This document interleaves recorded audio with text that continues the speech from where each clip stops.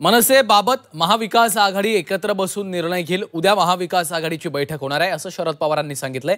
तर आमच्या पक्षाचे निर्णय सर्वांना विचारात घेऊनच होतात, आम्ही या संदर्भातला सामूहिक निर्णय घेऊ असं देखील शरद पवार यांनी माध्यमांशी बोलताना म्हटलेलं आहे।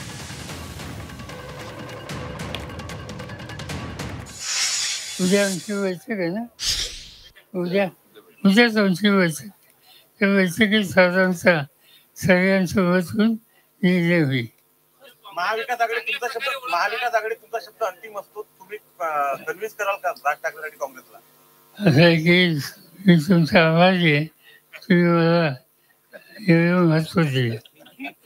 कसं असं आहे की आम्ही चर्चा करू, आमचे सगळे सहकारी त्यांची मतं घ्यावी लागतील। हे एकट्याचं नाही, मी पक्षाचा अध्यक्ष आहे, त्यामुळे माझी नैतिक जबाबदारी ही सगळ्यांच्या मताचा सन्मान करणं।